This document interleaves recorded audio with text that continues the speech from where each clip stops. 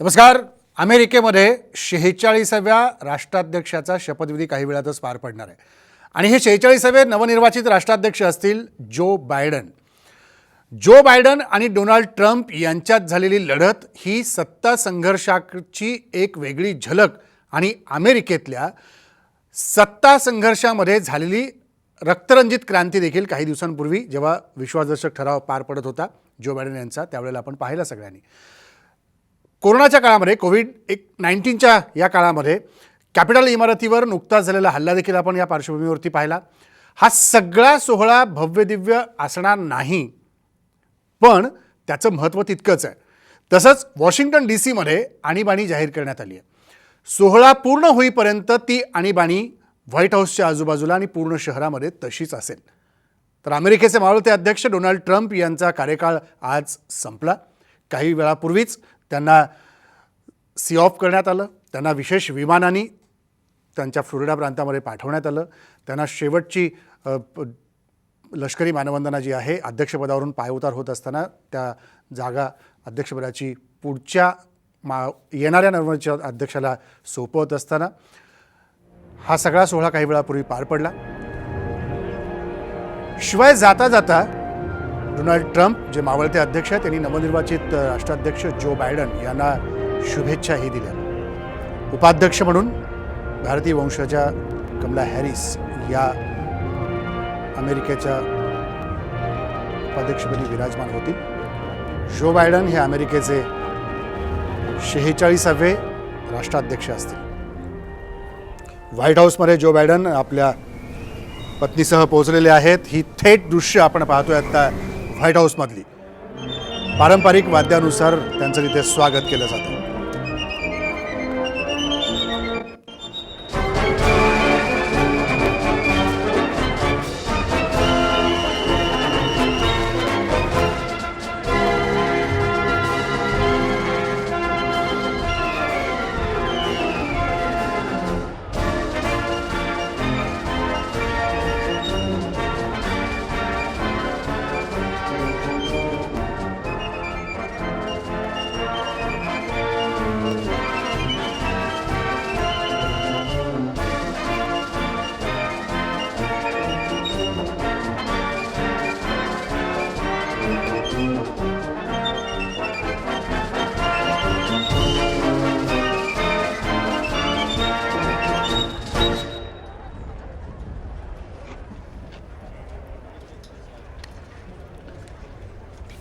Ladies and gentlemen, leadership of the United States Senate, President pro tempore emeritus, the Honorable Patrick Leahy and Mrs. Marshall Leahy, Democratic Whip, the Honorable Dick Durbin and Mrs. Rima Doden, Majority Whip, the Honorable John Thune and Mrs. Kimberly Thune, Democratic Leader, the Honorable Charles Schumer and Mrs. Irish Weinschall Schumer, and President pro tempore of the Senate, the Honorable Chuck Grassley and Mrs. Jennifer Hines.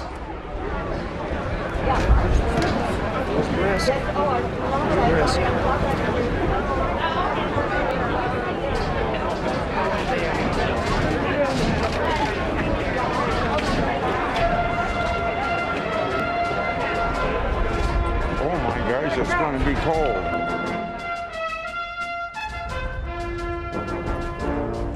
अमेरिकेचे 46वे राष्ट्राध्यक्ष Joe Biden आणि उपाध्यक्ष Kamala Harris यांचा शपथविधी सोहळा काही वेळातच पार पडेल. निमंत्रित मान्यवरांना इथे विराजमान केलं जात आहे. व्हाईट हाऊसच्या समोर असलेल्या या प्रांगणामध्ये एक एक मान्यवर जे निमंत्रित आहेत ते इथे येत आहेत आणि या सगळ्या सोहळ्याचं सविस्तर विश्लेषण करण्याकरता आपल्यासोबतही मान्यवर पाहुणे आहेत, तज्ज्ञ आहेत. हे या सोहळ्याचं, भारत अमेरिका या संबंधाचं, भारत चीन या संबंधावरती अमेरिकेची भूमिका, भारतानं रद्द केलेलं 317वं कलम असेल, भारत पाकिस्तान जम्मू काश्मीरच्या मुद्द्यावरून सुरू असलेला वाद असेल, जो पाकव्याप्त काश्मीरचा मुद्दा असेल, दहशतवादाचा मुद्दा असेल, यावरती भविष्यात अध्यक्षपदावर विराजमान झाल्यानंतर जो बायडन यांची भूमिका ही कशी असणार आहे याबद्दल सगळे पाहुणे मंडळी आपल्याला सविस्तर माहिती देतील. आपल्यासोबत आहेत सकाळचे संचालक संपादक श्रीराम पवार सर कोल्हापूरमधून. आपल्यासोबत रोहन चौधरी आहेत आंतरराष्ट्रीय राजकारणाचे अभ्यासक, तेही कोल्हापूर स्टुडिओमधून. दोघांचंही मनपूर्वक स्वागत. आपल्यासोबत थेट डिट्रॉय मिशिगनवरून श्री ठाणेदार आहेत, जे तिथल्या मिशिगन हाऊसचे स्टेट रिप्रेझेंटेटिव्ह आहेत, ज्यांना आपण आपल्या भाषेमध्ये विधानसभेचे आमदार म्हणू शकतो. अशा त्या स्टेट मिशिगन हाऊसच्या त्या विधानसभेचे ते सदस्य आहेत. श्री ठाणेदार महाराष्ट्रीयन, त्यामुळं आपल्याला त्यांचा निश्चितपणे सगळ्यांना अभिमान आहे की तिथे जाऊन ते त्यांचं रिप्रेझेंटेटिव्ह करतायत. आपल्यासोबत अमोल फुलंबरकर आहेत, अमेरिकेतील वॉशिंग्टन इथले उद्योजक आहेत. त्यांच्या 3 कंपन्या अमेरिकेत आहेत, त्यामुळं तिथल्या उद्योग क्षेत्रासंदर्भात नव्या येणाऱ्या सरकारचं धोरण कसं असणार आहे हे आपल्याला समजून सांगतील. आपल्यासोबत विलास सगरगावकर आहेत न्यू जर्सीवरून, आणि निखिल श्रावगे जे स्तंभलेखक आहेत, गेल्या कित्येक वर्षांपासून अमेरिकन इलेक्शनचं ते राईटअप करतायत, स्तंभलेखन करतायत, फॉलोअप घेत आहेत, तेही आपल्यासोबत पुण्यावरून जोडले गेलेले आहेत. मला सुरुवात श्री ठाणेदार तुमच्यापासून करायची आहे. काय उत्सुकता अमेरिकनांमध्ये आहे? काही वेळातच आत्ता अमेरिकेमध्ये हा शपथविधी सोहळा सुरू होईल, आणि त्याला असलेली थोडीशी पार्श्वभूमी जे कॅपिटल इमारतीवरती झालेल्या हल्ल्याचाच होती, या पातळीवर अमेरिकेमध्ये चर्चा कशी आहे? खूपच एक्साइटमेंट आहे. आता ही खूप चुरशीची इलेक्शन झाली. ट्रम्प यांना 74 मिलियन मतं पडली आणि जो बायडनना 80 मिलियन. तेव्हा फक्त 6 मिलियन मतांचा फरक होता. अमेरिका ही आता सध्या डिव्हायडेड आहे, म्हणजे राईट विंग आणि लेफ्ट विंग असा हा प्रकार आहे. डेमोक्रॅटिकला आता एक हाती सत्ता मिळतीये, काँग्रेसमध्ये त्यांचं वर्चस्व आहे, आता सिनेटमध्ये त्यांची मेजॉरिटी होतीये, आणि डेमोक्रॅटिक पक्षाचा म्हणजे आमच्या पक्षाचा आता राष्ट्राध्यक्ष आहे. त्यामुळे थोडीशी डेमोक्रॅटिक पार्टीमध्ये खूप मोठी एक्साइटमेंट आहे. तर ट्रम्प आणि रिपब्लिकन लोक आहेत ते थोडेसे डिसअपॉइंटेड आहेत. पण आता पुढची जी 2 वर्ष आहेत ही खूप चॅलेंजिंग असणार आहेत. एक म्हणजे ट्रम्प यांचं वास्तव्य असणारच आहे, त्यांची प्रेझेन्स असणार आहे, मीडियामध्ये त्यांचं मोठं प्रेझेन्स असतं नेहमी. आणि बायडन यांना इकॉनॉमिक पातळीवरती म्हणजे आता 11 मिलियन अमेरिकन लोक अनएम्प्लॉईड आहेत. कोविडची परिस्थिती सध्या अमेरिकेत सर्वात कठीण आहे.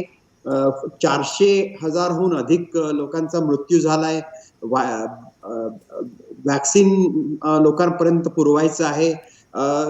ट्रम्पनी ज्या काही गोष्टी चुकीच्या गोष्टी केल्यात, लाईक पॅरिस अकॉर्ड म्हणा किंवा वर्ल्ड हेल्थ ऑर्गनायझेशन ट्रम्पनी अमेरिकेला बाहेर काढलं, हे सगळं परत पूर्वीसारखं करायचं आहे.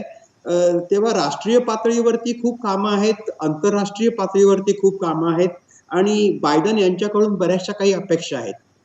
एक वेगळ्या प्रकारचा नेता आता आम्हाला मिळतोय, जो ट्रम्प सारखा माणूस जो स्वतःचा इगो आणि स्वतःच प्रतिमा याच्यावरती ज्याची भाव म्हणजे अवलंबून होते. त्या विरुद्ध बायडन हे एक सौम्य प्रकारचे सॉफ्टर पर्सनॅलिटी आहे, जे चांगलं लोकांचं ऐकू शकतील आणि चांगलं नेतृत्व करू शकतील. यामुळे डेमोक्रॅटिक पक्षामध्ये एक खूप मोठा आता उत्साह आहे. बिलकुल, तो उत्साह श्री ठाणेदार तुमच्या प्रत्येक वाक्यागणिक दिसतोय, तो तुमच्या चेहऱ्यावर पण तो उत्साह दिसतोय. अमेरिकेमध्ये परत एकदा सिव्हिलिटी ही परत येईल आणि हिलिंग सुरू होईल अमेरिकेचं. याकडे सर्वांचं लक्ष आहे. येस, मी तुमच्याकडे येतो. आपल्यासोबत आत्ता सकाळचे संचालक संपादक आहेत श्रीराम पवार सर. श्रीराम पवार सर, हे एक महासत्तांतर ज्या प्रकारे होतं आहे, आणि या महासत्तांतराला असलेली सत्ता कारणाची एक संघर्षाची किनार आहे, तर याचं विश्लेषण आपण कसं कराल की अमेरिका आता नव्या स्वरूपामध्ये, जसं श्री ठाणेदार म्हणतात की पुढचे 2 वर्ष त्यांना चॅलेंजिंग आव्हानाची असणार आहेत, तर बदलणारी अमेरिका कशी दिसते? हे अमेरिका प्रत्येक अध्यक्षाबरोबर कमी अधिक प्रमाणात बदलते, पण आत्ता बायडेन यांच्याकडून खूप मोठ्या अपेक्षा अमेरिकेत पण आहेत आणि जगाकडून पण आहेत.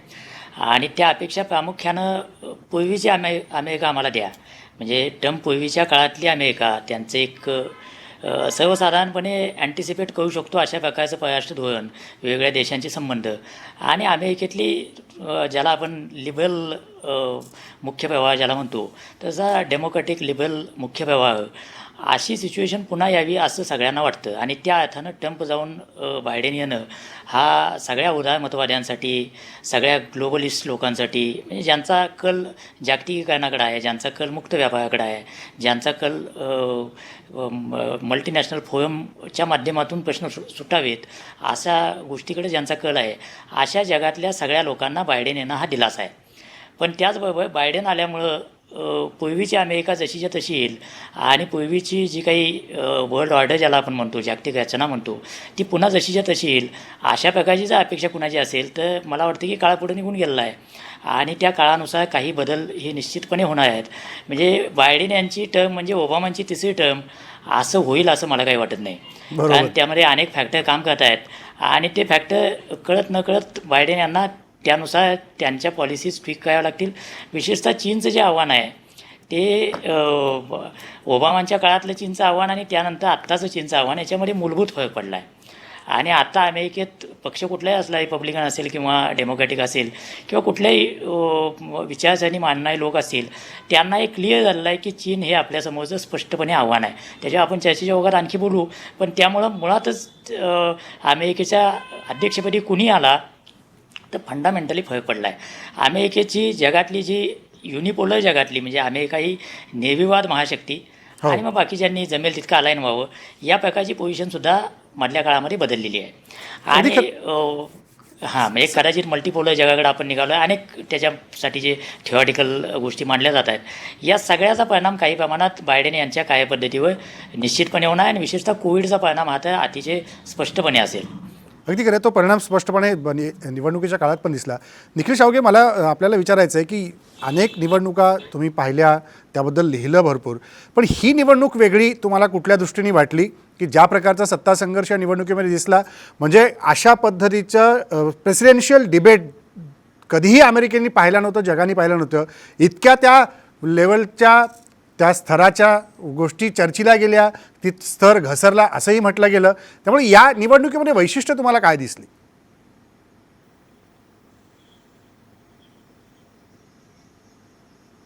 या निवडणुकीचं वेगळेपण 2-3 अंगाने आपल्याला बघता येऊ शकेल.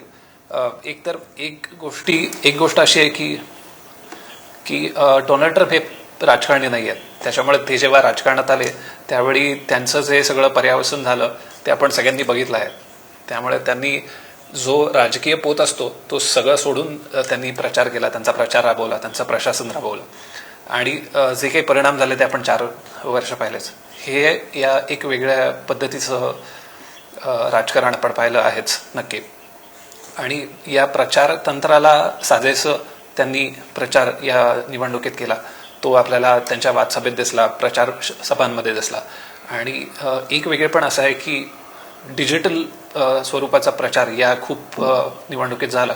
कारण की 1970 साली जर आपण विचार केला तर जॉन एफ केनेडी पहिल्यांदा जेव्हा प्रेसिडेन्शियल डिबेटसाठी टीव्हीवर गेले तेव्हा ते मेकअप करून गेले, कारण की त्यांना त्याची ताकद कळली माध्यमाची. ते स्थित्यंतर 2008चं स्थित्यंतर जेव्हा ओबामांनी सर्वस्वीपणे सोशल मीडिया वापरला आणि काही प्रचारात प्रत्यक्ष प्रचार पण केला, ते एक स्थित्यंतर. आणि 2020चं स्थित्यंतर हे पूर्णपणे डिजिटल, हे एक वेगळेपण आहे असं म्हणावं लागेल. अगदी खरं आहे. पण या सगळ्या पार्श्वभूमीवरती अमेरिकेमध्ये जसं आत्ता श्री ठाणेदार म्हणाले की 11 मिलियन बेरोजगार तरुणांची संख्या आहे. तर मला अमोल तुम्हाला विचारायचं आहे की एक उद्योजक म्हणून तुम्ही जेव्हा या क्षेत्राकडे पाहता की तुम्ही आता इंजिनिअरिंगच्या तुमच्या सेक्टरमध्ये काम करताय, तुम्ही कन्स्ट्रक्शनमध्ये काम करताय, तुम्ही आउटसोर्सिंगमध्ये काम करताय, त्यामुळे याच्यामध्ये लागणारी मॅनपॉवर ही निश्चितपणे सगळ्याच बाजूनी आपल्याला उपयुक्त म्हणून वापरता येऊ शकते. पण या बेरोजगाराचा प्रश्न हा कायमस्वरूपी अमेरिकेमध्ये दिसतो. एक तरुणाईचा वर्ग असा आहे, असं अमेरिकेकडे पाहिलं जातं की तो सतत बेरोजगार आहे, त्याच्याकडे सरकार लक्ष देत नाही आणि ते सतत तरुणाईची संख्या बेरोजगाराच्या संख्येमध्ये वाढताना दिसते. यावर तुम्ही काय म्हणाल?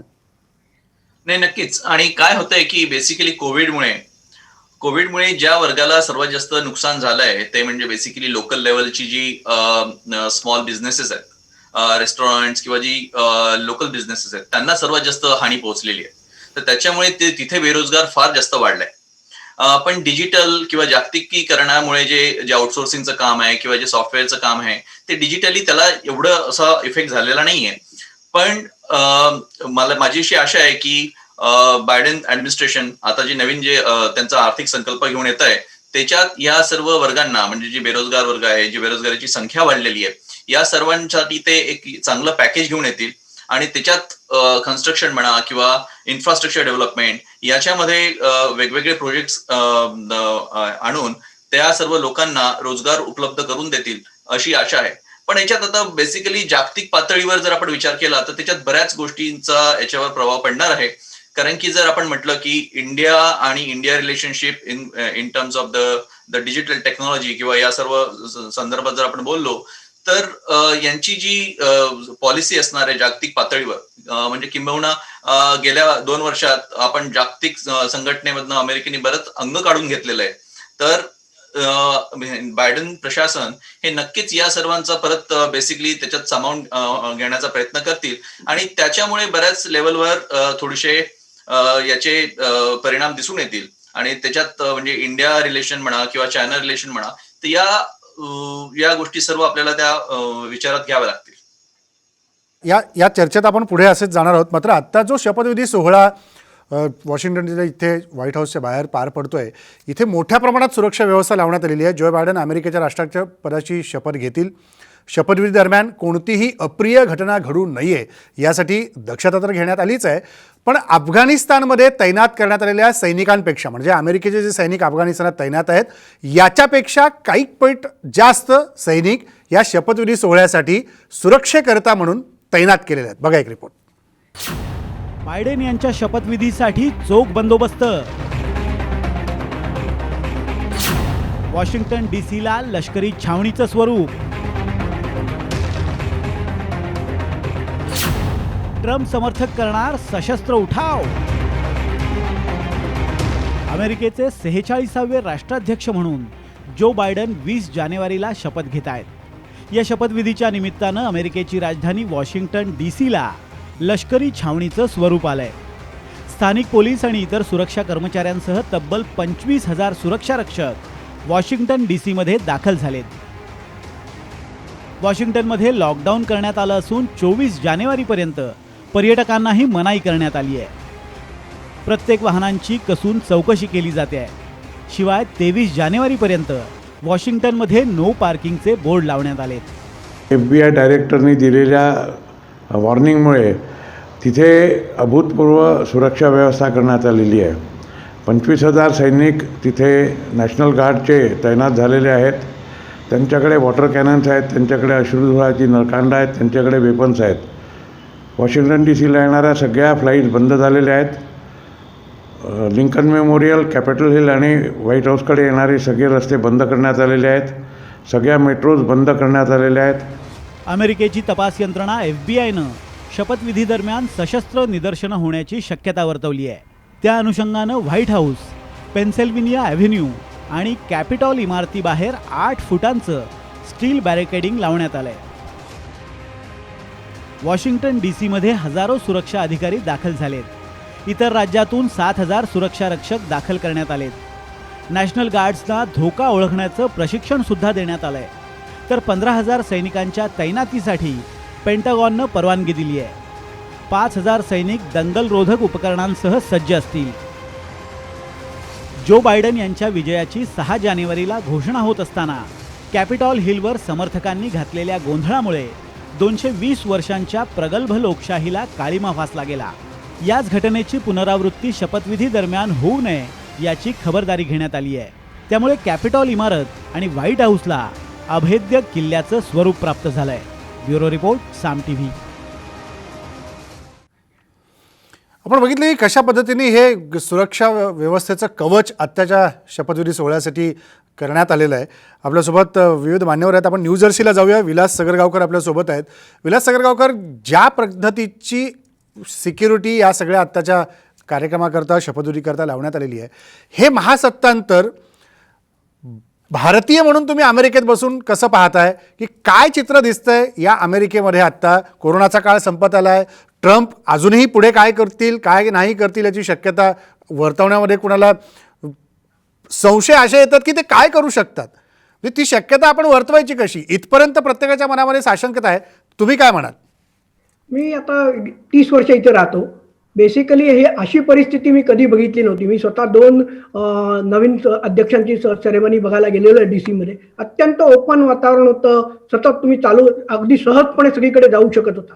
पण इथे ही जी आता आहे किल्ल्याचं स्वरूप झालंय, जे 25,000पेक्षा जास्त नॅशनल गार्ड आणि त्यांना सुद्धा FBI बॅकग्राऊंड चेक केलं आहे. त्याच्यातले 50 लोक हे आधीच त्यांचं काहीतरी मत असल्यामुळे त्यांना बाजूला करण्यात आलेलं आहे. आणि ही खूप मोठी घटना आहे की मिलिटरीवरच संशय आहे, कारण का आतून जसं इंदिरा गांधींचं झालं तसं होऊ नये त्याची सुरक्षा आत्ता ते करण्याचा प्रयत्न करतात. पण ही सुद्धा परिस्थिती अमेरिकेच्या लोकशाहीमध्ये घडावी हे अत्यंत दुःखदायक आहे. आज अगदी देश कम्प्लीट डिवायडेड आहे आणि राईट आणि लेफ्ट, आणि हा धोका बायडेन यांना आजच नाही, हे कुठेही कधी काही होऊ शकतं. आणि म्हणून 30 दिवस पण संपूर्ण लॉकडाऊन आहे, ही मिलिटरी तशीच राहणार आहे 30 दिवस, आणि हे अत्यंत दुःखदायक आहे. म्हणजे खरं एक आपण भारतीय लोकशाहीतून मी 30 वर्षापूर्वी इथे आलो आणि आज अमेरिकेचं असं चित्र बघायला मिळेल जानेवारी 5ला, हे अत्यंत दुःखदायक वाटलं. खूप म्हणजे एवढं होऊ नये एक चांगला. पण ह्याच्यामध्ये सुप्रीम कोर्टाची भूमिका खूप चांगली झाली की त्यांनी 3 जजेस सुद्धा ट्रम्प यांनी अपॉइंट करून सुद्धा त्यांनी स्वतःची निर्विवाद लोकशाहीतला तिसरं पिलर म्हणून उभे राहिले आणि त्यांनी कुठलंही त्यांचं पिटिशन ऍक्सेप्ट केलं नाही, कारण का तिथे काही फ्रॉड नव्हता. बरोबर. हा खूप मोठा मुद्दा आहे. आणि आजही चीफ जस्टिस थॉमस ज्यांना ट्रम्प यांनी नॉमिनेट केलं त्यांना स्वतःला खूप सेनेटच्या अतिशय रिग्रस प्रोसेसमधून जावं लागलं, तरी सुद्धा ते आज स्वतः आहेत, स्वतः शपथ देणार आहेत. सोटोमायर ज्या पहिल्या महिला अध्यक्ष ज्यांना यांनी ओबामांनी शपथ दिली होती त्या आज हॅरिस यांना शपथ देणार आहे. हा खूप मोठा चांगला आणि पॉझिटिव्ह हे आहे आणि तो खूप महत्वाचा आहे की लोकशाही परत जिवंत होतीये. आज अमेरिकेने सगळ्या जगामध्ये लोकशाहीचं डंका वाजवला, पण इथेच अमेरिकेमध्ये जानेवारी 5 हा काळा दिवस आहे आणि तो कधीच विसरला जाणार नाही. अगदी खरं आहे. तो कधी जगातली कुठलीही व्यक्ती आणि अमेरिकेतले नागरिक देखील विसरू शकणार नाहीत. श्री ठाणेदार जर आपल्यासोबत असतील तर मला त्यांना फक्त एक विचारायचं आहे की आता सत्ता त्यांच्या पक्षाची अमेरिकेमध्ये येते, तो उत्साह त्यांच्या मगाच्या बोलण्यातनं तरी दिसून आलाच. पण श्री ठाणेदार मला एक विचारायचं आहे की अमेरिकेची आता भारताकडे पाहण्याचा दृष्टिकोन नेमका कसा असू शकतो? जो बायडन हे आता जसं डोनाल्ड ट्रम्पला नरेंद्र मोदींनी नमस्ते ट्रम्प केलं, नमस्ते मोदी अमेरिकेमध्ये झालं, तसं आता नमस्ते बायडन इकडे होऊ शकतं का? आणि जो बायडन मोदी हे कॉम्बिनेशन, हे समीकरण भविष्यामध्ये वेगळ्या सत्ता समीकरणासाठी जगभरातल्या अस्तित्वाकरता म्हणून, जे दबाव गटासाठी म्हणून उपयोगात येऊ शकतं का? ट्रम्प आणि मोदींचं एक जे नातं होतं ते एक वेगळंच नातं होतं. त्या दोघांची पर्सनॅलिटीमध्ये थोडं साम्य आहे, तर ते बायडन यांच्यामध्ये नाहीये. पण याच्यामध्ये सगळ्यात महत्वाचा मुद्दा असा आहे की कमला हॅरिस ज्या भारतीय वंशाच्या पहिल्यांदाच राष्ट्रपती झालेल्या, तर कमला हॅरिस यांच्यामुळे आणि बायडन सरकारमध्ये जवळजवळ 12 ते 15 भारतीय वंशाचे लोक आहेत महत्वाच्या जागेला. त्यामुळे मला वाटतं की कमला हॅरिस आणि भारतीय जे स्टाफ आहे त्या सर्वांच्यामुळे एक भारताबद्दलचं महत्व अमेरिकेला कायमच असणार आहे. आणि भारत आता आर्थिक महासत्ता होती आहे, त्यामुळे भारताला डावलून त्यांना चालणारच नाहीये. त्यामुळेच आता इमिग्रेशन बघा, H1 व्हिसा हा एक महत्वाचा मुद्दा आहे भारतीयांच्यासाठी. आणि ट्रम्प न बऱ्याचशा इमिग्रेशनच्या ज्याच्या पॉलिसीज भारतीय लोकांना योग्य नव्हत्या, पण बायडननी आता लगेचच अनाऊन्स केले की ते इमिग्रेशन मध्ये मोठा रिफॉर्म आणणार आहेत आणि त्यातून भारतीयांना खूप चांगला मदत होईल.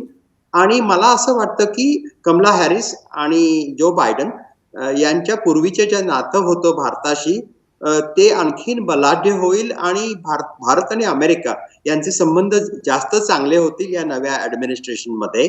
आणि त्याच्यामध्ये काय होईल की एक बॅलन्स असेल. ट्रम्प यांचा जो हॉट आणि कोल्ड त्यांचा स्वभावामुळे कधी काय होईल सांगता येत नव्हतं, या विरुद्ध बायडन यांच्याकडून एक स्टेबिलिटी येईल या रिलेशनशिप मध्ये. त्यामुळे मला असं वाटतं की भारताच्या दृष्टीनं हे नवीन सत्तांतर अतिशय भल्याचं होऊ शकेल, चांगलं ठरू शकेल. आपल्यासोबत रोहन चौधरी देखील आहेत, आंतरराष्ट्रीय राजकारणाचे अभ्यासक आहेत, कोल्हापुरातून आपल्या स्टुडिओत आहेत. रोहन चौधरी, आपण या संबंधांकडे कसं पाहता की जसा आशादायी विधान आता श्री ठाणेदार यांनी केलं आहे, असाच आशादायी चित्र भारत आणि अमेरिकेतल्या पुढच्या संबंधांमध्ये दिसू शकतं? साधारणतः आपण ट्रम्प आणि बायडन यांच्या परिप्रेक्ष्यातून या सगळ्या सोहळ्याकडे बघत आहोत. परंतु भारत आणि अमेरिका संबंध भविष्यकाळात कसे राहतील यासाठी आपल्याला जागतिक राजकारणावर लक्ष ठेवावं लागेल. बरोबर. आणि मला आठवतोय 90च्या दशकात American political scientist Francis Fukuyama यांनी एक पुस्तक लिहिलेलं. त्या पुस्तकाचं नाव होतं the end of history and the last man. आणि त्यांच्यानंतर त्यांचं असं मत होतं की लिबरल डेमोक्रेसीचा तिथून पुढं सुरुवात झालेली आहे आणि अमेरिकन लिबरल डेमोक्रेसी ही एक प्रकारचं मॉडेल आहे. आज 21 वर्ष झाली 9 सप्टेंबरच्या हल्ल्याला.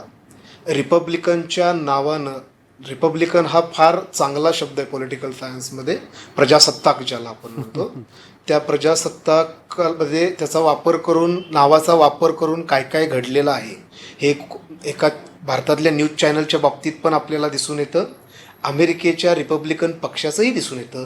आणि 26 जानेवारीला जेव्हा भारत आत्ता आपला प्रजासत्ताक दिन साजरा करेल तेव्हा शेतकऱ्यांचा जो मोर्चा तिथं असेल त्यावेळी आपल्याला दिसून येतं की हे जागतिक राजकारणात लोकशाहीच्या नावाखाली निवडून आलेले जे सरकारे आहेत ते कशा पद्धतीनं बघतायत. आणि हा भारत अमेरिका संबंधातला माझ्या दृष्टीनं महत्त्वाचा प्रश्न आहे. भारत अमेरिका द्विपक्षीय पातळीवर आपण काहीच प्रॉब्लेम नाही, कारण तो हितांवर चालतो, जसा आत्ताच्या पॅनलने उल्लेख केला, त्याच्या बाबतीत मला काही डाऊट नाही आहे. परंतु भारत हा फक्त अमेरिका संबंधांवर अवलंबून नाही आहे. जागतिक राजकारणाची दशा आणि दिशा काय बरोबर, हा माझ्यासमोरचा सर्वात मोठा प्रश्न आहे. आणि तिथं मला असं वाटतं की जो मी उल्लेख केला की the end of the history and the last man, आज मी असा उल्लेख करतोय की the end of the American era. आणि आता त्यामुळं एक जागतिक राजकारणात पोकळी निर्माण होणार आहे आणि चीन त्याचा फायदा घेण्याची शक्यता आहे. अशा पातळीवर अमेरिका आपल्याला मदत करेल का आपला स्केपगोट म्हणून वापर करेल, याच्याबद्दल मला जरासं शंका वाटते. आणि मला असं वाटतं की बायडेनना कदाचित बाहेर लक्ष द्यायला वेळच मिळणार नाही, कारण आत्ता त्यांच्या शपथग्रहणाची जर तुम्ही थीम बघितला तर त्यांनी असा प्रश्न, इज अमेरिका युनायटेड. आणि जसं मगाशी उल्लेख केला त्या पद्धतीनं बायडेन आणि ट्रम्प यांच्यात मार्जिन खूप कमी आहे. त्यामुळं दरवेळी अमेरिकेला बायडेन यांना ट्रम्प यांचं मी येईन हा जो आपल्यातला झालेला तो तिथं कायम त्यांच्या मानगुटीवर बसणार आहे. आणि आत्ता आपण जी भीती व्यक्त केलेली आहे, 1 महिना आपण जो तिथं इमर्जन्सी लागू केलेली आहे, तो माझ्या मते ट्रम्प यांचा विजय आहे. आणि त्यामुळं इथून पुढचे 4 वर्ष ट्रम्प यांचे अमेरिकेचं अंतर्गत राजकारण सुरळीत आणण्यासाठी चाललेलं आहे. त्यामुळे भारतानं अमेरिकेवर अजिबात अवलंबून राहू नये आणि हेच बायडनच्या निकालावरून आपल्याला लक्षात घ्यावं लागेल.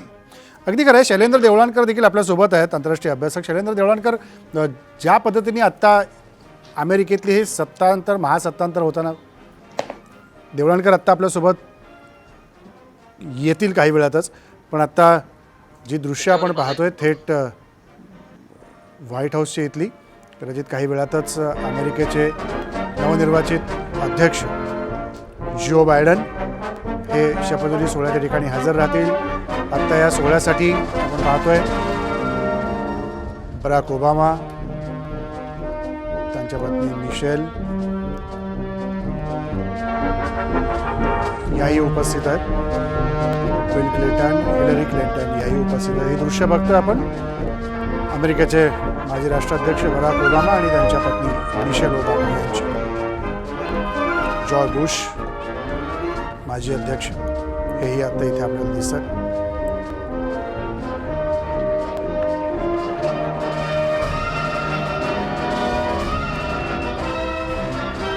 नव्या राष्ट्राध्यक्षाच्या शपथविधी सोहळ्याच्या ठिकाणी अशा संगीताच्या माध्यमातून हे स्वागत केलं जात आहे.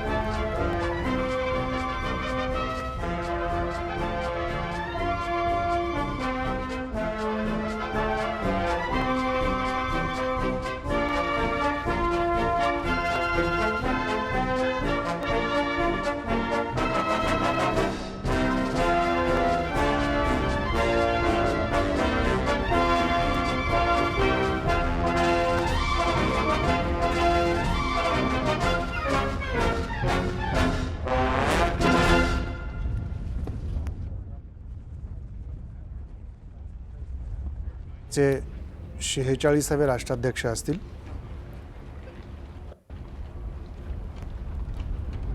ज्या पद्धतीने आपण बघतोय की आंतरराष्ट्रीय संबंधांमध्ये अमेरिकेची भारताशी कशी भूमिका असेल, वेगवेगळी मतं आता समोर आपल्या चर्चेत येताना दिसत आहेत. तर जो बायडन यांची जेव्हा अध्यक्षपदी आता नियुक्ती होईल शपथ घेतल्यानंतर, हे नियोजित अध्यक्ष आहेत, आत्तापर्यंत शपथ घेतले की ते अध्यक्ष बनतील.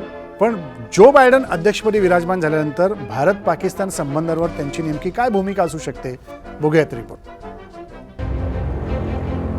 दर 4 वर्षांनी जेव्हा अमेरिकेचा राष्ट्राध्यक्ष बदलतो तेव्हा भारतीयांना उत्सुकता असते ती नवा राष्ट्राध्यक्ष भारत आणि पाकिस्तान तसंच काश्मीर या मुद्द्यावर काय भूमिका घेणार. अमेरिकेने पाकिस्तानशी मैत्री करण्यामागे प्रमुख कारण आहे अफगाणिस्तान. पण गेल्या काही वर्षात अमेरिकेनं आपलं सैन्य अफगाणिस्तानातून मागे घेतल्यानंतर आता अमेरिकेला पाकिस्तानची किती गरज आहे हे पाहणं महत्त्वाचं असेल. जो बायडन एक मुरलेले राजकारणी, प्रशासनाचा त्यांना दांडगा अनुभव, इस्लामी दहशतवादाची चांगलीच माहिती बायडन यांना आहे. त्याचे जागतिक परिणाम काय आहेत हे सुद्धा त्यांना चांगलंच ठाऊक आहे. त्यामुळे काश्मीर आणि कलम 370 प्रकरणी बायडन भारताच्या बाजूनं भूमिका घेतील अशी आशा जाणकारांना वाटते. अमेरिका हा देश स्वतःच आता एका परिवर्तनातून जातोय. त्यामुळे एकदम जगात काहीतरी वेगळं करण्यापेक्षा आत्ता आहे ती घडी व्यवस्थित बसवून मग त्याच्यानंतर इतर कुठेतरी बघायचं विचार हा सरकार करू शकतं. त्यामुळे पहिली 1-2 वर्ष तरी कुठल्याही देशाला असं खूप फायदा किंवा नुकसान किंवा तोटा असं होण्याची शक्यता मला तरी वाटत नाही. भारतासमोरचं आव्हान मला वाटतं की अमेरिकेला भारत साथीदार म्हणून हवाच आहे. तो भारताच्या स्वातंत्र्यापासून हवा आहे. ते संबंध आता विकसित होत आहेत. पण साथीदार म्हणून जायचं की अमेरिकेच्या व्यूहात्मक टॅपमध्ये अमेरिकेचा भागीदार व्हायचं आणि आपली व्यूहात्मक स्वायत्तता आहे त्याच्याशी तडजोड करायची, अशा प्रकारची काही हार्ड चॉईसेस आपल्याला येणाऱ्या काळामध्ये कराव्या लागणार आहेत. काश्मीर मुद्द्यावर ट्रम्प यांनी जरी भारताला उघड पाठिंबा दिलेला नसला तरीही अनेक वेळा मध्यस्थी करण्याची तयारी त्यांनी दाखवली होती. कलम 370च्या मुद्द्यावर जो बायडन संयमी भूमिका घेतील आणि पाकिस्तानी दहशतवादाला विरोध करतील अशी भारतीयांना आशा आहे. कल्पेश महामुंडकर, साम टीव्ही, मुंबई. आपण बघितलं की काय नेमकी भूमिका असू शकते. श्रीराम पवार सर आपल्यासोबत आहेत. श्रीराम सर, की ज्या पद्धतीने आत्ता आपण बघतोय की भारत पाकिस्तान संबंधांवरती अमेरिकेची भूमिका काय असू शकते, 370वा कलम रद्द केलं आहे भारताने आणि त्यावर पाकिस्तानची सगळी अर्थनीती ही अमेरिकेने दिल्या गेलेल्या मदतीवरती अवलंबून आहे. अशा याच्यावर बायडन यांची भूमिका भारताकडं भारत पाकिस्तान संबंधावर पाहण्याकरता कशी असेल? मला वाटतं की भारत आणि अमेरिका या 2 देशांमधले संबंध म्हटले तर ते अधिकाधिक जवळ येण्याची प्रक्रिया गेली काही वर्ष सुरू आहे. ती तशीच पुढे सुरू आहे. म्हणजे बाय अँड लार्ज त्याच्यामध्ये खूप मोठा बदल होईल असं मला वाटत नाही. याचं कारण दोघांचा आता त्याला शत्रू म्हणू नये पण दोघांसमोरचं समान आव्हान चीनचं आहे आणि पाकिस्तान हा त्यातला एक छोटा घटक आहे, तुलनेत छोटा घटक आहे. आपल्याकडे भारतात पाकिस्तानवर आपण खूप चर्चा करतो पण या एकूण जागतिक रचनेत किंवा अमेरिकेच्या दृष्टीनं कायमच चीन किंवा पूर्वीचं सोव्हिएत युनियन आणि आत्ताचा रशिया हे त्यांच्यासाठी अधिक महत्त्वाचे घटक आहेत. उत्तर कोरिया महत्त्वाचा घटक आहे. इंडो पॅसिफिक रिजनमधली स्टॅबिलिटी आणि त्याला पूर्वी फ्री अँड ओपन असं म्हणत होते. बायडेनने आल्यानंतर सिक्युअर आणि प्रॉस्परस अशी शब्दावली सुरू केली. मला वाटतं हे जे सटल बदल होत आहेत ना हे खूप महत्त्वाचे आहेत भारताच्या दृष्टीनं, पाकिस्तानच्या दृष्टीनं, चीनच्या दृष्टीनं. भारत आणि चीन, भारत आणि अमेरिका या दोघांसाठी एक दीर्घकालीन लिगसी आहे चीनविषयीचे गैरसमज जोपासण्याची. आपल्याकडे ती नेहरूंपासून चालत आली आणि ती मोदींपर्यंत तशीच चालत आलेली आहे. अमेरिकेत पण ती म्हणजे जेव्हा तिथल्या नॅशनलिस्ट फोर्सेस आणि माओच्या फौजा एकमेकाशी लढत होत्या तेव्हापासून चीनविषयीचे काही गैरसमज अमेरिकेच्या मुत्सद्द्यांमध्ये आहेत आणि ते अगदी अलीकडेपर्यंत कायम होते. त्या गैरसमजाचा एक भाग असा होता की चीन जितका खुला होईल तितका तो अधिक लोकशाहीवादी होईल. तो अमेरिकेच्या नेतृत्वाखालची जी एकूण वर्ल्ड ऑर्डर आहे ती मान्य करायला लागेल आणि तो जागतिक व्यवस्थेत मिसळून जाईल. अशा गृहीतकावर चीनला अधिकाधिक जागतिक व्यवस्थेत मिक्स करून घेण्यामध्ये अमेरिकेनं पुढाकार घेतला. विशेषतः क्लिंटन आणि बुश यांच्या काळामध्ये हे मोठ्या प्रमाणावर झालं. बुश असं म्हणत होते की असं जगात कोणाला शोध लागला नाही की प्रॉस्पेरिटी घ्यायची आणि जगासाठी दार उघडायचे नाहीत, असा जगात कोणाला शोध लागला नाही. पण काळाने सिद्ध केलं की चीनने हे शोधून काढलं आहे, हे सूत्र शोधून काढलं आहे की परकीय भांडवल पाहिजे, अमेरिकी पाश्चात्यांचं भांडवल पाहिजे, त्याच्यावर आधारित समृद्धी आम्ही घेऊ पण पॉलिटिकल ओपनिंग अप अजिबात करणार नाही. दुसऱ्या बाजूला आपल्या प्रकारचा म्हणजे चीनी कॅरेक्टरिस्टिक असलेला विस्तारवाद ज्याला म्हणता येईल तो लादायचा या प्रकारचं एक नवं इन्व्हेन्शन चीननं शोधून काढलं आहे आणि ते मला वाटते आव्हान आहे, अमेरिकेसमोरचं पण आव्हान आहे. आणि भारताच्या बाबतीत जो आहे तो भारताचे गैरसमज कायमच आहेत की चीन आपल्यासोबत कसा वागतो आहे याविषयी आपल्या मुत्सद्यांमध्ये कायमच एक काय म्हणता येईल एक धुवा आहे असं ज्याला म्हणता येईल की आपल्याला नेमकं समजत नाही की चीन आपल्या सोबत मैत्री करतो आहे की शत्रुत्व करतो आहे आणि त्याच्यामुळे फसगत सातत्यानं होते आणि हे सगळं आता क्लिअर झालेलं आहे. अशा वेळेला चीनच्या दृष्टिकोनातून भारत आणि अमेरिका अधिक जवळ येतील, पण ते जवळ येणं ट्रम्प यांच्या काळात जसं होतं त्यापेक्षा त्याचे डायमेन्शन बदलले असेल. ज्याचा उल्लेख तुम्ही केला काश्मीरचा, मला वाटतं की काश्मीर संदर्भात बायडेन आणि कमला हॅरिस यांचं प्रशासन हे ट्रम्प यांच्यापेक्षा अधिक आक्रमक असेल. ते 370 कलम असेल, नागरिकत्व कायदा असेल, यासारख्या गोष्टी ज्याला आपण आपल्या अंतर्गत प्रश्न असं म्हणतो ते अमेरिका आपले अंतर्गत प्रश्न मानत नाही. अमेरिका तिबेटला सुद्धा चीनचा अंतर्गत प्रश्न मानत नाही, तैवानला चीनचा अंतर्गत प्रश्न मानत नाही, हाँगकाँगला चीनचा अंतर्गत प्रश्न मानत नाही. तसं 370 कलम आणि काश्मीर किंवा नागरिकत्व कायदा हे अमेरिका आपल्या अंतर्गत प्रश्न मानणार नाही. ते अधिक आक्रमक भूमिका घेतील, मानवाधिकाराच्या उल्लंघनाविषयी आक्रमक भूमिका घेतील आणि ते जसं भारताला त्रासदायक आहे तसंच पाकिस्तानला पण त्रासदायक आहे. पाकिस्तानच्या संदर्भात दहशतवाद्यांच्या कारवाया आणि त्या फक्त अमेरिकेसंदर्भात नाही तर जगाच्या संदर्भातल्या दहशतवाद्यांच्या कारवाया, तिथलं मानवाधिकारांचं हनन, तिथलं रिलिजियस फ्रीडमवर होणारं आक्रमण, हे सगळे मुद्दे बायडेन प्रशासनामध्ये लावून धरायचा प्रयत्न होईल आणि त्या अर्थानं ते आव्हान पाकिस्तानपुढं पण आहे आणि भारतापुढं पण आहे. पण चीन हा समान आव्हान देणारा देश या पार्श्वभूमीवर मला वाटतं की चीन भारत आणि अमेरिका हे अधिक जवळ आल्याचं आपल्याला दिसेल. अगदी खरं आहे सर. आत्ता आपण दृश्य पाहतोय व्हाईट हाऊसच्या बाहेरची उपाध्यक्ष कमला हॅरिस आपल्या पतीसह शपथविधी सोहळ्याच्या ठिकाणी उपस्थित झालेल्या आहेत.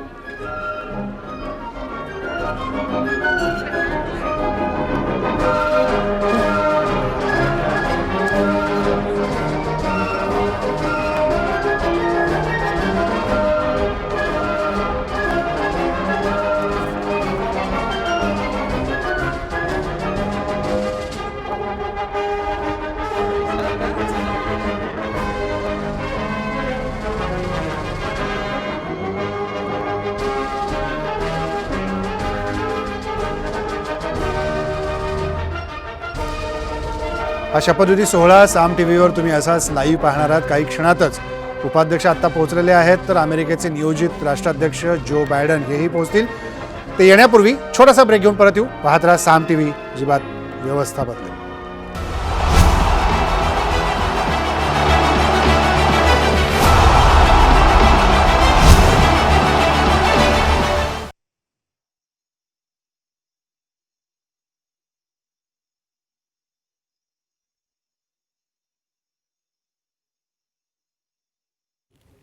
आता ते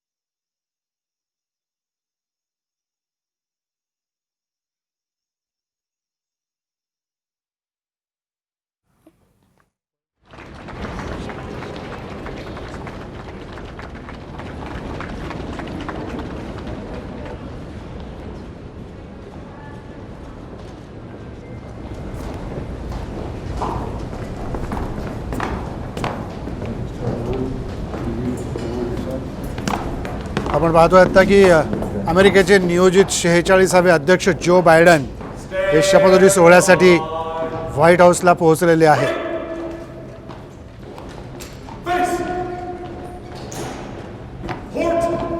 Fort Hall.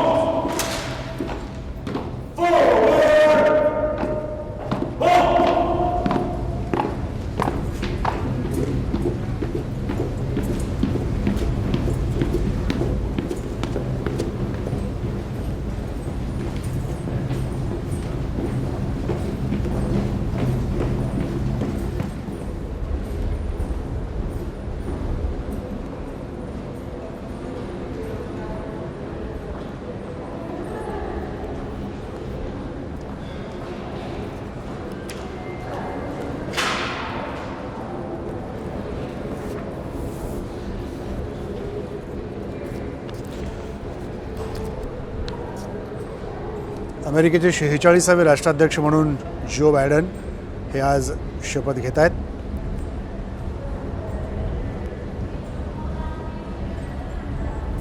Ladies and gentlemen, त्यांच्यासोबत 55 वर्षीय कमला हॅरिस या उपाध्यक्षपदाची शपथ घेतील.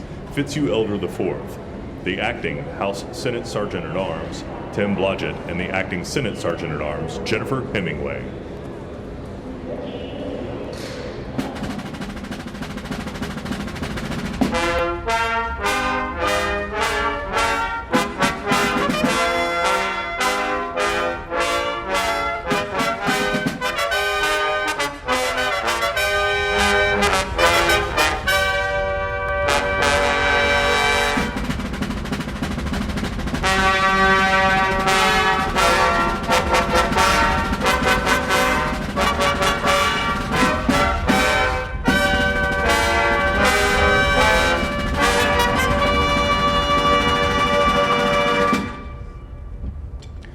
Ladies and gentlemen, the President-elect of the United States, Joseph Robinette Biden Jr., and Dr. Jill Biden.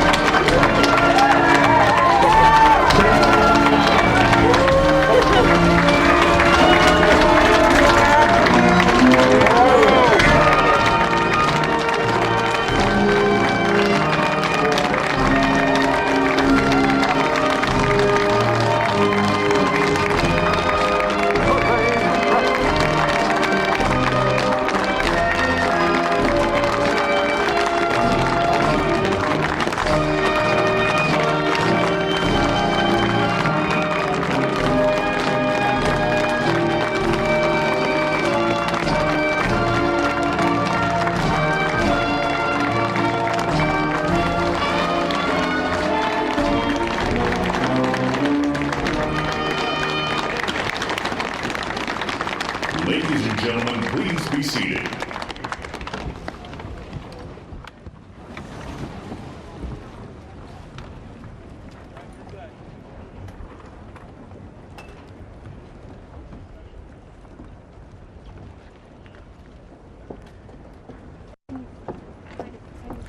Please welcome the Honorable Amy Klobuchar.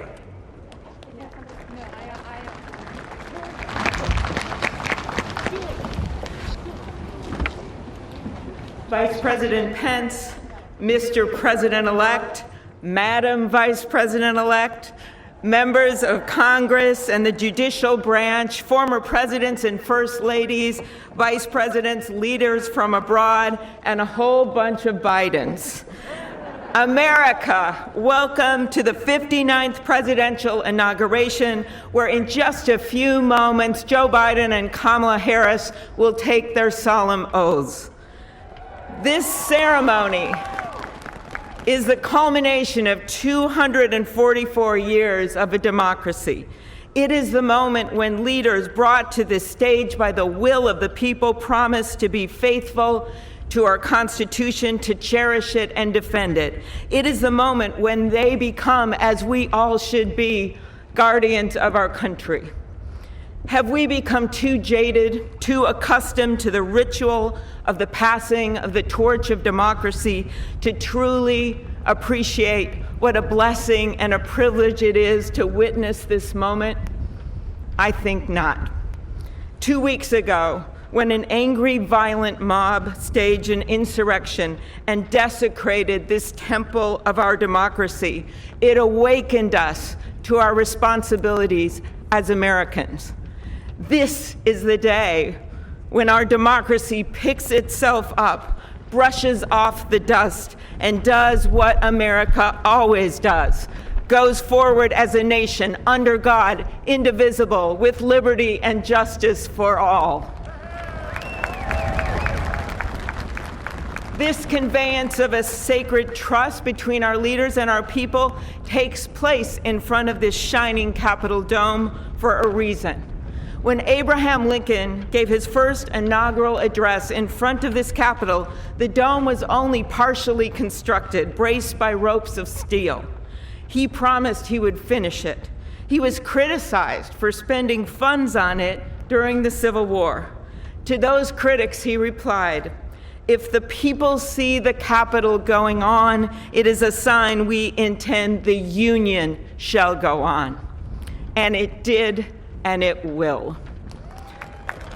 Generations of Americans gave their lives to preserve our republic in this place. Great legislation to protect civil rights and economic security and lead the world was debated and crafted under this dome. Now it falls on all of us, not just the two leaders we are inaugurating today, to take up the torch of our democracy, not as a weapon of political arson, but as an instrument for good.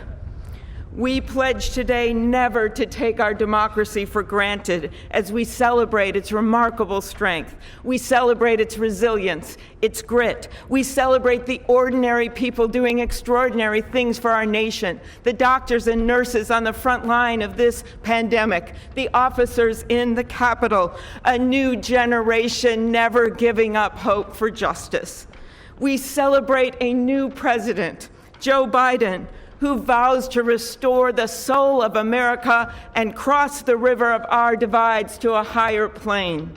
And we celebrate our first African American, first Asian American, and first woman vice president, Kamala Harris, who stands on the shoulders of so many on this platform who have forged the way to this day. When she takes the oath of office, little girls and boys across the world will know that anything and everything is possible. And in the end, that is America, our democracy, a country of so much good. And today, on these Capitol steps and before this glorious field of flags, we rededicate ourselves to its cause. Thank you. It is now my honor to introduce to you the senator who has worked with me and so many others to make this ceremony possible, my friend and the chair of the inaugural committee, Missouri Senator Roy Blunt.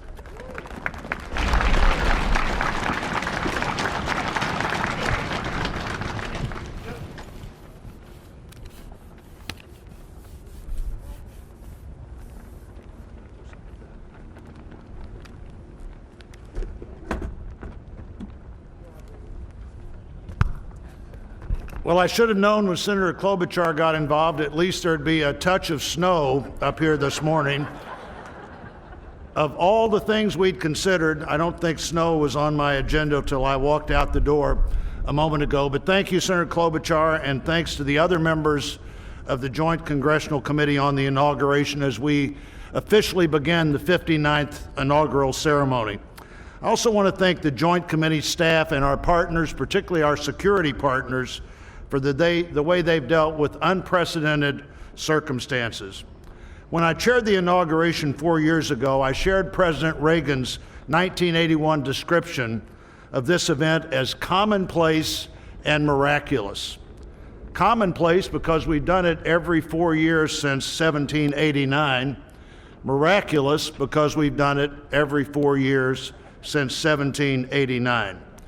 Americans have celebrated this moment during war, during depression, and now during pandemic. Once again, all three branches of our government come together as the Constitution envisions. Once again, we renew our commitment आपण बघतोय की आता प्रत्येक जण आपली forging a more perfect union.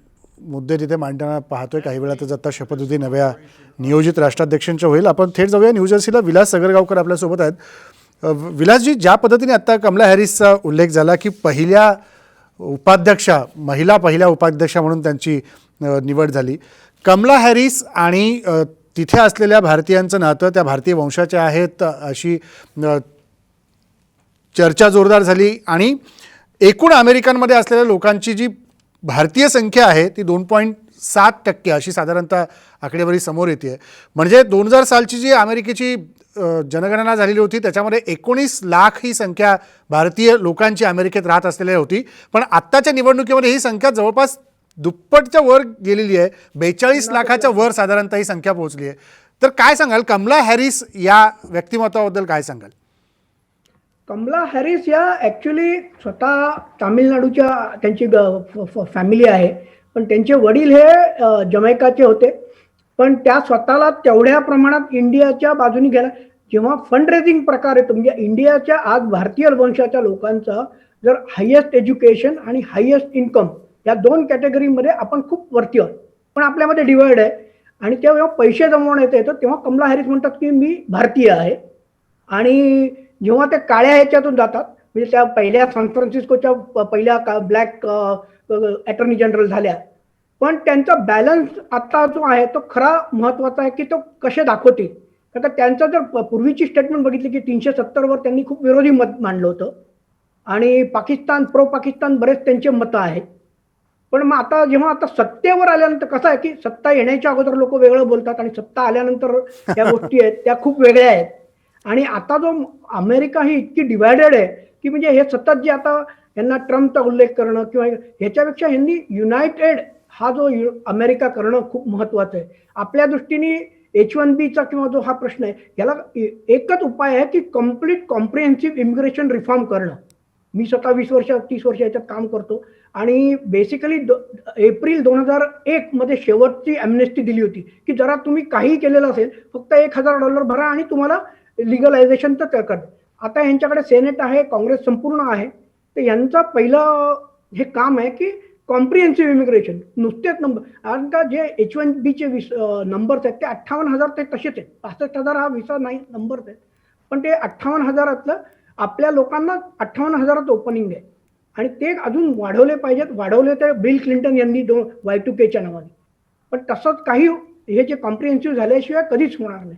आणि आता जे जवळजवळ ग्वाटेमालामधून 100,000 लोक इथे लाईनीत उभे आहेत बॉर्डर मेक्सिकोच्या, त्यांचं काय करणार हाही एक मोठा प्रश्न आहे. पण यांना खूप काम करावं लागणार आहे आणि इंडियाच्या दृष्टीने फायद्याचं होईल.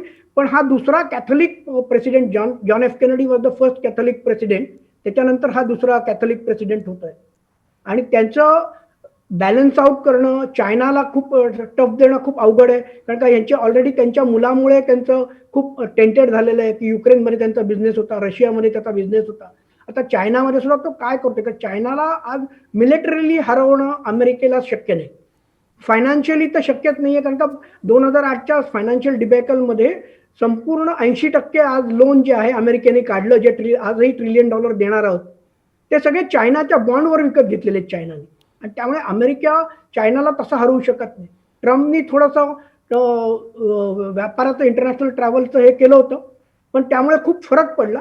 त्यांनी राष्ट्रवादाला हे दिलं, पण आता बॅलन्स आउट करताना इंडियाला त्यांना इग्नोर करता येणार नाही. पण त्याच वेळेला ते कम्प्लीट इंडिया बाजूनी जाणार नाहीत आणि चायनाच्याही बाजूने they will try to balance it out. कुठेतरी बॅलन्स करणं खूप महत्वाचं आहे आणि तो जर झाला तर खूप चांगलं होईल. बरं, आपल्यासोबत निळू दामले देखील आहेत, आंतरराष्ट्रीय अभ्यासक. दामले सर, ज्या प्रकारे आत्ता सातत्याने बायडन असं म्हणतात की इज अमेरिका युनायटेड, अमेरिका अजूनही एकसंध आहे का, हा प्रश्न अध्यक्षपदावर विराजमान होण्याआधीपासून त्यांच्या मनाने निर्माण झालेला आहे. ही शंका नेमकी त्यांच्या मनात जी जागा करून राहिलेली आहे, याबद्दल तुम्ही काय सांगाल की का सातत्याने त्यांना असं वाटतंय की अमेरिका डिवायडेड आहे? नाही, ही शंका आहे असं मला वाटत नाही, हे सत्य आहे. आणि अमेरिकेमध्ये आज अनेक प्रकारचे गट पडलेले आहेत, जसे धर्मावरून आहेत, पंथावरून आहेत, तसे आर्थिक सुद्धा आहेत, नॉर्थ आणि साऊथ सुद्धा आहेत, अर्बन रुरल असे सुद्धा आहेत. मला असं वाटतं की सगळ्या जगभरची एक परिस्थिती आहे ना, माणसं खूप डिवायडेड आहेत आता. आणि विशेषतः माध्यमाच्यामुळे प्रत्येक माणसाचं छोटं मत असलं तरी ते टोकाला जातं आणि माणसं एकमेकाला जुळून घेईन अशी झालेली आहेत. आणि त्यामुळे अमेरिका डिवायडेड आहे त्यात वादच नाही. आता प्रश्न असा आहे की ही डिवायडेड अमेरिका आता ते कशा पद्धतीने एकत्र आणतात. बरं, अमेरिकेतले डिव्हिजन, मेजर जे डिव्हिजन आहे साऊथ नॉर्थ, व्हाईट ब्लॅक, आता हे जी डिव्हिजन आहे हे मोठं आहे खूप. आणि अलीकडच्या काळामध्ये या इव्हॅन्जेलिकल लोकांच्यामुळे ते खूप वाढलं आहे. मला असं दिसतं की हे डिव्हिजन आहे, हे अमेरिकेत आहे, हे युरोपमध्ये आहे, हे सर्व दूर आहे आणि हे सांधण्याचं कौशल्य राजकारणातल्या माणसाला हवं